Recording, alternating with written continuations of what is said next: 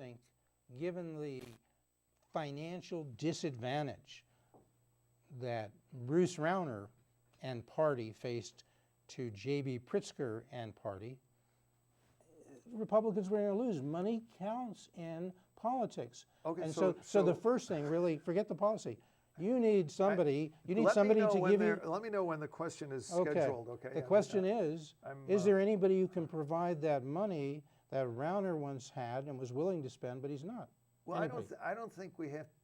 If we're sitting around waiting for another wealthy individual to come and take us over, Ken Griffin, could he do it? He's wealthy enough. I don't know Mr. Griffin, you know, and I have no idea if he's interested. Here he is. I know who Griffin, he is. Department of Economics, University of Chicago. I know who he is. He's a man of means. I understand. Ken, come on the show. We'd like to have you here and tell us. I understand that he's a person of great wealth. Okay. My point here. And smarts. Go ahead. Okay. Well, maybe Go ahead. Okay. Your point here is? I gladly yield the floor to Ken Griffin. I mean, if he walks in, he can sit down and I'm going to go about my business. Okay. My 2 cents are, it's not a question of Rauner's money versus Pritzker's money. What we have in the state of Illinois is a much more embedded bias to the Democratic side that then I think Rauner was able in his first run to overcome. Yeah, and by the time of his second run, for a lot of reasons related to Rauner, not Republicanism, but related to Rauner, he was not able to overcome that. Okay. And so now JB is over on that side, and he is going to do things with the legislature. He has won the election. He's now going to institute policies. In my humble opinion, those will not help regular people in Illinois. I think what he is going to do is raise taxes, grow government, increase regulation, decrease job creation, reduce our ability to find new jobs, increase our incomes, and feel secure about our futures. So I believe that Republicans, wherever they can win, based on their local resources, whatever the heck it is, they need to be out there. And there are a lot of Republicans who are running in the municipal races this spring. You referred to the mayor race in Chicago. A lot of other Republicans have got to run, they've got to win, and they've got to institute policies that help regular people and thereby strengthen themselves and the party, and eventually we get back to competing at the gubernatorial level. Since you raised it, thank you. And I don't want people to say my guest is just a prop, because you're not. Thank you. So I'll go with you. Okay. We were going to go to the mayor's election later if we had time, but you raised it in the sense, you said there are lots of municipal elections, including Chicago, right? February 26th. Right. And the Republicans need to be involved in those elections. Well, so there are many of those elections are nonpartisan officially, but in many of those elections, folks who are identifiably Republican happen to be running. Okay, but they should be involved, whether it's partisan or not, in terms of people who come closest to their philosophy. Right. Perhaps should receive some support, financial and otherwise. That's not going to, Jeff. Doesn't that help the party to build the brand of the Republican Party? Yeah, Jeff. That in this universe, it's not going to happen. Folks are going to have to. In which universe? The one in which we live and occupy space and time. But you're talking about Chicago or what? Yeah, Chicago's a part of it. When you said this is not going to happen. In this universe, that's not going to happen. What location are you talking about? Just specific. Well, for instance, the state of Illinois, in the municipal races. What's not going to happen? Here's what's not going to happen. What you just described, a Republican Party that is going to be helping candidates, say, in a community college race in Rock Island. Forget that. Let's say Chicago. I'm interested in Chicago. Okay, Chicago. Should the Republicans, as individuals and as party members, be looking through the list of 14 candidates? Yeah, of course they should. Running for mayor. I was hoping. And if they find some, should they do something about it? Who they Sure, like? Absolutely. Folks who do you like, Chris? 14. Anybody close? Willie Wilson. Willie's close. Is he one that? Are you choosing him based on who's closest to the Republican Party in philosophy? I don't know that. Well, how are you choosing Willie? The Republican Party theoretically is here, and all of the candidates for there are differences. There are differences. There are differences, but they're all pretty far. How are you choosing Willie? Why did you throw out Willie? Because he, I think, is an outsider who has achieved a lot in the private sector and who knows how to get things done, So I think that he actually respects regular people. I think that these others, we've got a lot of political folks out there who are running. They've already got one political job. They want to run for another political job. They've been raising taxes. They've been paying off the unions. They've been growing government. Have they been doing pay to play?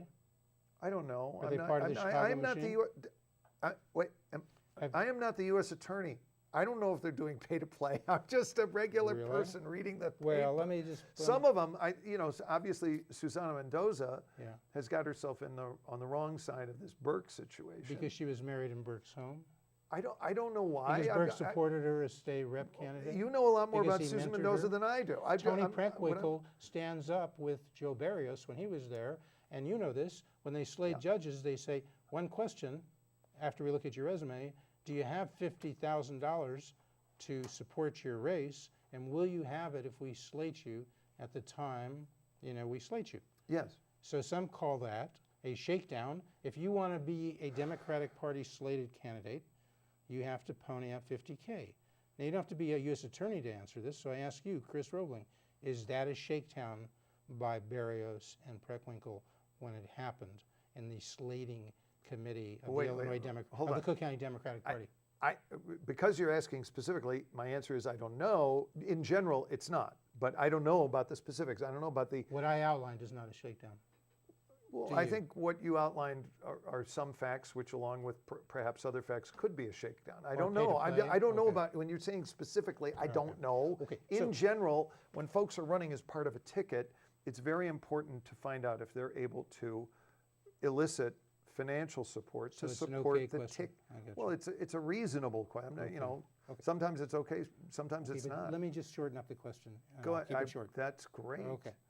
So I and some others refer to Tony Preckwinkle, Susana Mendoza. But wait, aren't you saying that this show might be on after one of those? It might be, but then we'll get it cut in like 30 seconds. Okay, good. I and others. Yes. Okay. Yes. Refer to Preckwinkle. Yeah. And Mendoza, okay. And Gary Chico, and Bill Dalo, as the Burke Four, because they all have some connections in some way to Ed Burke. Okay, good. The other 10 candidates have fewer connections, and in particular, you've identified one, Willie Wilson. Right. Paul Vallis is another candidate. Paul, very serious guy, very good guy. I'd like to be for Paul, but I think he's a little bit too much wrapped up with the status quo. Okay. The status quo is basically the enemy of all regular people. And that relates back to my Republican statement. So Republicans who are wrapped up in the status quo are, generally speaking, the wrong kind of Republicans, and Republicans who want to upend the status quo in favor of the taxpayers and the recipients of services are the right kind of Republicans. In my humble opinion, I don't know how senior a statesperson I am.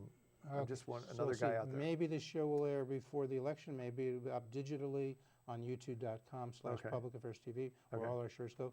But let's switch over. Okay. Because we've done enough on the little municipal thing. And we got at least half the show left. There's time. Good. There's time yet. Yeah. Okay. So we're switching over to what now? Well, okay, so let's try an example. You ticked off a lot of things you said Democrats stand for. See if I can remember them. Raising taxes, growing government, paying off the unions, increasing regulations, decreasing Illinois' economic development climate, and thereby constricting job creation and income growth, which then imperils our security as we look towards our kids going to college, paying off the mortgage, and having a nice, secure retirement. Basically, the structure, if I may just complete that little thought, the structure is hollowing out the equity Illinoisans have in their homes through the property tax. So we have got in every neighborhood, and you mentioned Dan Proft, he and Brian Timpone have worked out all of this stuff with a lot of very intelligent people, and it goes along with our fiscal imbalances, which are themselves a major migraine headache for everybody in Illinois except the Democratic Party. Can I interject one? No, I want to finish this point.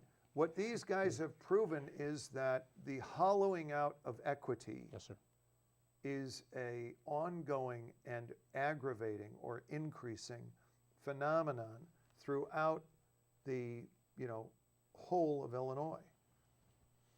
Okay, so you're paying too much in property taxes, and you're basically renting your home from the local government, and you're losing the value, the underlying value of the home. And this has been proven arithmetically in census tract What is causing the high equity?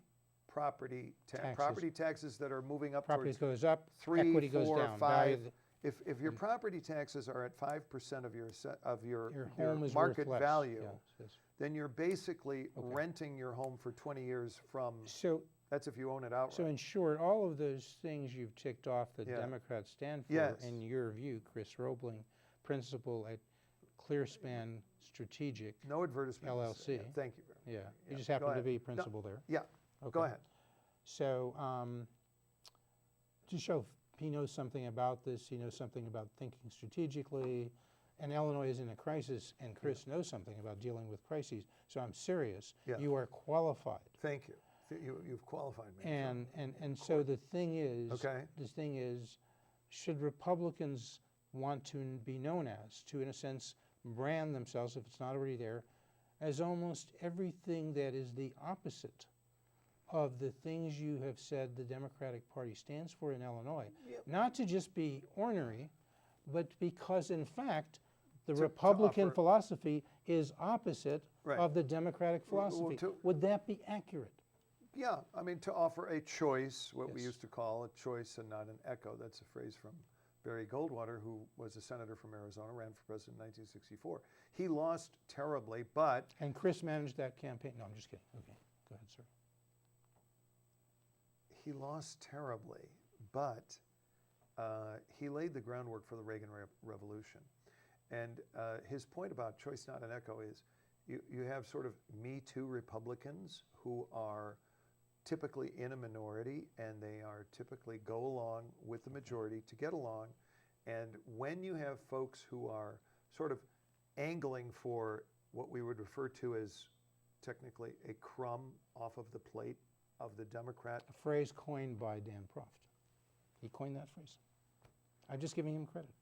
You may have independently I think come there up have with been it. crumbs falling off of plates, for Okay. as long as we've had plates. But Okay, that okay, probably sorry. goes back to the Phoenicians. But in any case, Republicans and minorities who are sort of hanging out, waiting for a few crumbs to fall their way, Okay. are sort of embedded, if you will, with the structure or the status quo or the dominant party, and therefore, they're parasitic derivatives of the structure, which is bankrupting Illinois and stealing the equity in your home. Apart from that, they're great folks, and many of them are my personal friends. Okay, but so to take a quick example, we'll try to keep it to 2 minutes. Okay. An example of how the Democrats, if you want to know how they're going to govern, look at what they're doing. They're doing or what Because they've done. as of February 8th, people are saying within a week, they hope to have passed their first Democratic legislation under Pritzker, Okay. an increase in the minimum wage in Illinois. See, this right? is going to, there is no, I mean, the economics of minimum wage increases is better established than, say, the science of so-called anthropogenic global warming. And here is what it tells us. When you increase the minimum wage, then you decrease opportunities for people at the low end of the skill spectrum. In other words, you have an immediate constrictive impact on job creation. And in addition to that, you are going to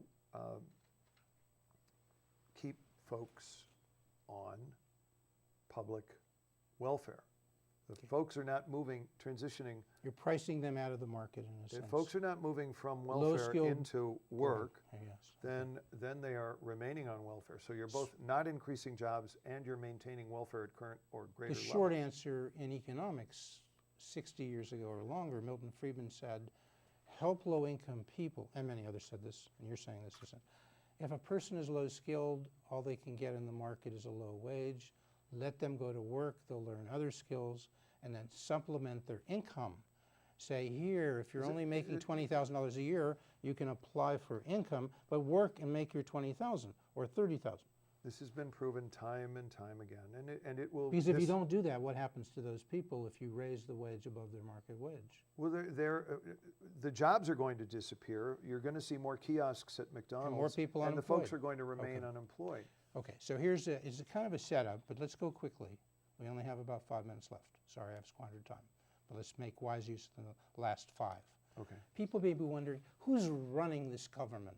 Who is running it under The Public Employee Unions. No, but well, that rant will have to wait for another show. It's a good rant, but I want to do something. I get to do something, and I want you to do. I want your help. Okay. I want your help. I'm going to help you. Okay. Let's look at some of the people you may not know, and I'll tell you a few facts and see what you think, who are named as the top people in the JB Pritzker administration. So presumably they have something to say about what you just said about minimum wages and whether they're good or bad. Ann Caprara is the chief of staff. Do you know Ann? 38 years old. I've never had the privilege of meeting 38 years Ann, old. to my knowledge. And number one, she's had like 16 years of experience in Democratic campaigning with congressmen, with Democratic senatorial campaign committees, with Emily's List. Okay.